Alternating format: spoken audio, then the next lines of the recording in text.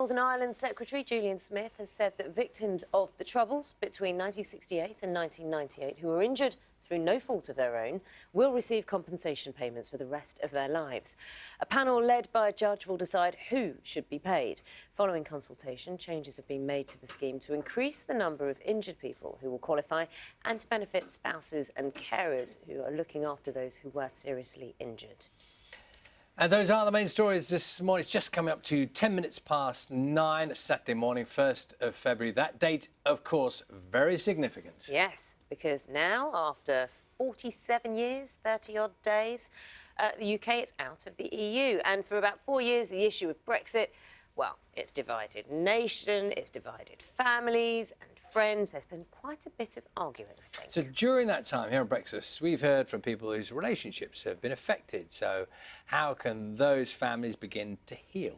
We are joined by our Brexit panel members. We have Remainer, Lance, Casely, Hayford. Well, we're all leavers now, so ex-Remainer, really. You were a student when we first met you on breakfast.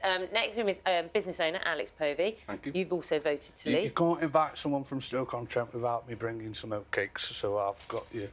Oh, look, the bonding is already beginning, isn't it? Yeah. See what Alex has done there? Do you see what Alex has done? He's currying favour already. Oh, they're like pancakes. Let's introduce everyone around the room as well. It's Emma and Sandra here as well. Sandra, mum, Emma, daughter, who were on different sides of this in the past 3 years. Do you just explain to people, you know, how this worked out in the family dynamic? Who thought what?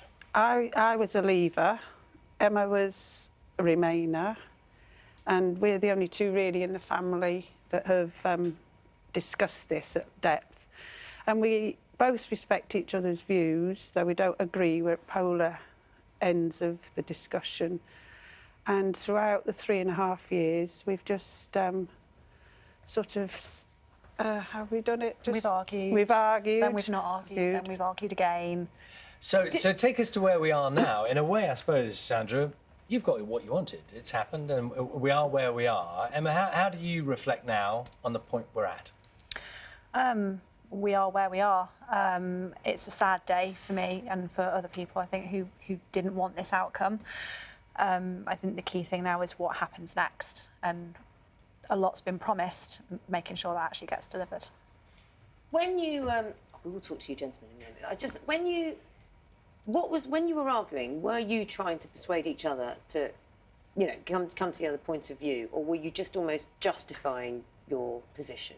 I think it's a bit of both, wasn't it? I think it was. Because I think we're at opposite ends of the spectrum.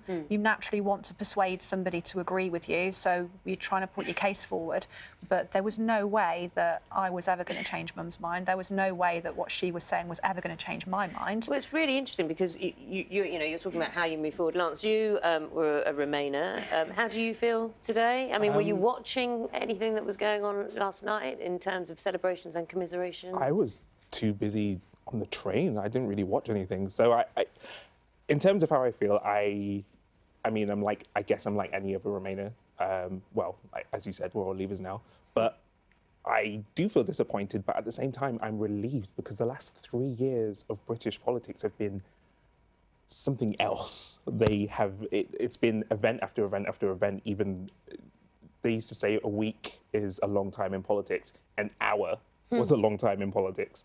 So it just wore you down, really? Yeah, I guess I have like 2 grey hairs now on my chin. I'm just like, what happened? But I mean, we are where we are. This is it. Yeah, can I ask Alex, so you're a small business owner, what is it you do? Oatcakes, Staffordshire Oatcakes. You mentioned that, of course. Yeah. So I suppose the one thing that maybe, and I chuck this out into the room, that unifies people now, is everyone wants to know, what will it be like now? You know, the promises from those who wanted to leave, the concerns of those who wanted to remain, but we're all in the same place now. What it will really be like. For small businesses like myself, it's business as normal. We carry on. You know, I've got a factory that I built in 2015. It was funded by the EU, but I still voted leave because I think the UK can do better on its own. You know, half of the workforce is Eastern European, and they wanted to vote leave as well. So in practical terms, I know you say one of the things you'll rely on now is the economy working. Because if people haven't got money, then they're not going to buy your oatcakes. So that will presumably be where you're looking most closely. Exactly. I mean, mine is a low-cost food, so it is affordable. So if the economy does go like a bit lower, you know, they will come for the cheaper alternative. But, you know, 80% of Stoke-on-Trent was vote leave.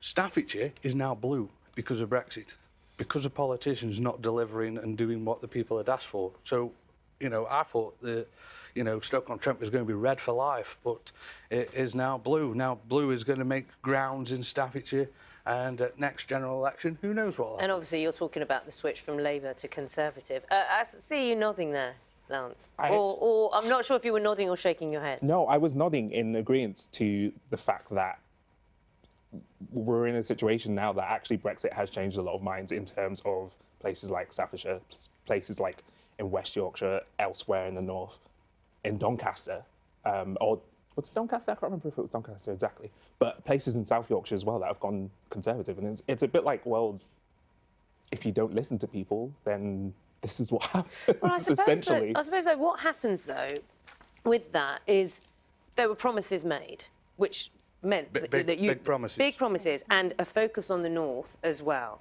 I suppose now, for those who have got their way, so, Sandra, you got what you voted for. Yes. It turned out. There is a responsibility, isn't there, on that side to deliver those promises, to prove, as you've been arguing with Emma, that it was the right decision and the economy, society isn't going to suffer. Yeah, I think it's on the government's head now to produce what they've said and to do it in a timely fashion. And if they don't do it, like we were discussing earlier, you won't hold the people that voted Brexit responsible, you'll hold the government. The government asked us a question, the people responded, and this time with a big majority, and we now want what he says by January... Is it December 31st? Yeah.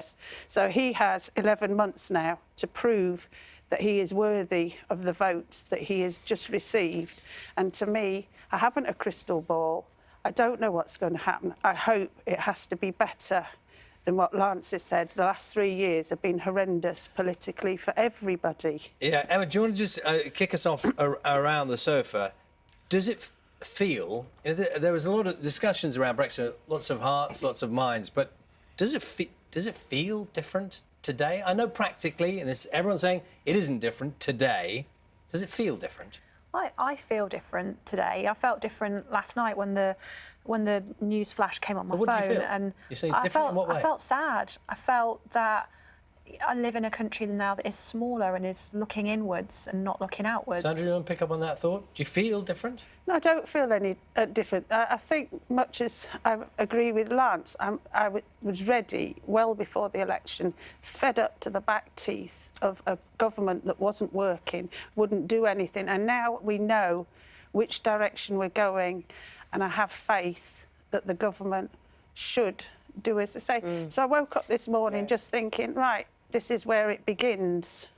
Yes, Lance, go on. Yeah, this is where we're at. It's that simple. I mean, I think it is, as we were discussing, we're best friends now, by the way. As we were discussing, it is on Boris Johnson and the Conservative Party to make sure that they deliver on their promise. And if they don't, they will, I think, suffer the consequences, and actually the country themselves will suffer the consequences. And it's not, as we were saying, it's not on the voters. It's not on Remainers people who voted to remain. It's not on people who voted to leave.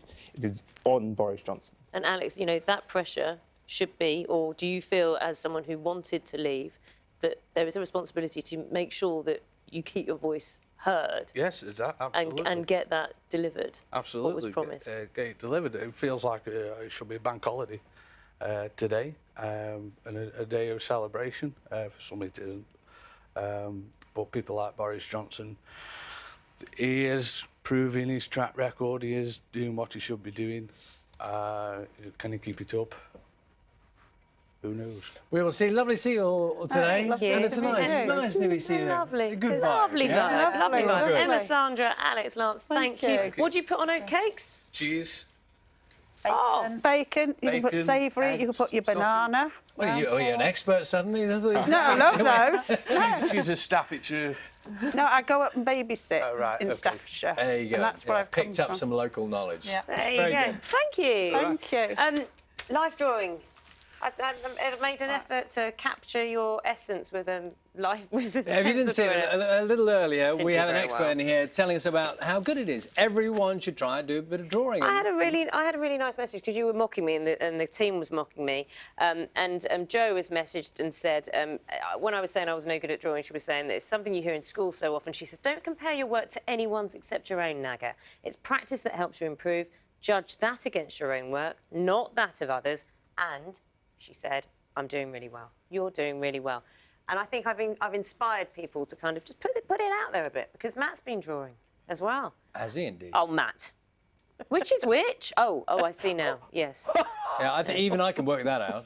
Well, I just wonder what